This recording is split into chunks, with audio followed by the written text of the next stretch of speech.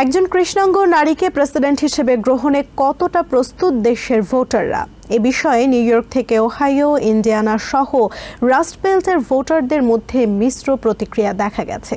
কেউ কেউ বলছেন নারী প্রেসিডেন্টের জন্য দেশ এখনো প্রস্তুত নয়, আবার অনেকে বলছেন কৃষ্ণাঙ্গ নারী ও তরুণ ভোটাররাই হয়তো ট্রাম্পের বিপক্ষে কামালা হ্যারিসের জন্য পার্থক্য গড়ে দিতে পারেন। এছাড়া বড় অংশের ভোটারের ভাবনার মূলে রয়েছে অর্থনীতির বিষয়টি।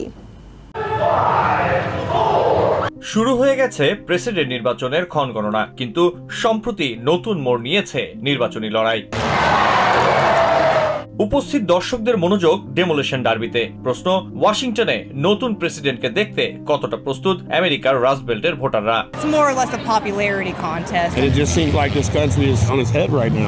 কামালা হ্যারিসকে ডেমোক্রেটিক পার্টির প্রেসিডেন্ট প্রার্থী করা নিয়ে মিশ্র প্রতিক্রিয়া দেশ জুড়ে মানুষের মধ্যে। ওহাইওতে অনেকে বলছেন একজন নারী প্রেসিডেন্টের জন্য দেশ এখনো প্রস্তুত নয়।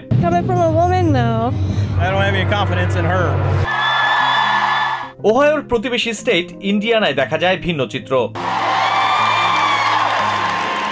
এক ব্ল্যাক সরোরিটি ইভেন্টে স্বাধীনতা, ভোট ও নারী অধিকারের বার্তা দেন দেশের সম্ভাব্য প্রথম কৃষ্ণাঙ্গ নারী প্রেসিডেন্ট।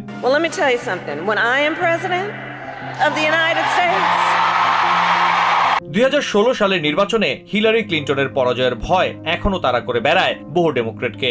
সম্প্রতি জরিপে দেখা যায় তখনকার তুলনায় বর্তমানে দেশের মানুষ একজন নারীকে প্রেসিডেন্ট হিসেবে গ্রহণে আরো কম আগ্রহী। She's dangerously liberal on illegal immigration.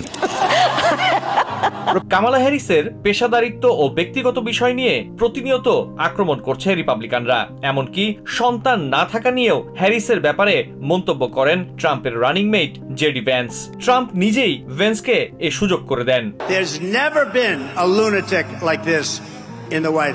পেনসিলভেনিয়ার বাসিন্দা মর্গান ও লরা দুজন নতুন ডেমোক্রেট। তাদের মতে 2016 থেকে এবারের নির্বাচন আলাদা। অন্যতম কারণ হিসেবে তারা মনে করেন ট্রাম্পের বিপক্ষে কামালা হ্যারিসের জয়ের জন্য ভূমিকা রাখবেন মিলেনিয়ালস ও জেনজি ভোটাররা, এবং আবারও বাইডেন ট্রাম্প লড়াই নিয়ে অসন্তুষ্ট ছিলেন সুইং স্টেটের বহু ভোটার। কিন্তু কামালা হ্যারিস প্রার্থী হওয়ায় পরিস্থিতিতে পরিবর্তন আসবে।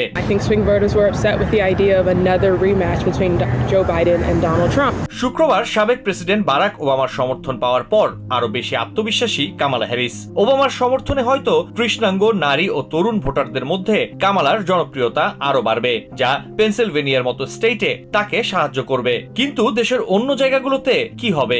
যেমন ওহাইও, যেখানে ওবামা দুবারই নির্বাচনে জিতলেও এরপর চলে গেছে রিপাবলিকান দখলে। Ashfaq Ahmed, TVN 24 news desk. New York থেকে সম্প্রচারিত TVN 24 টেলিভিশন বিশ্বজুড়ে বাঙালির কণ্ঠস্বর।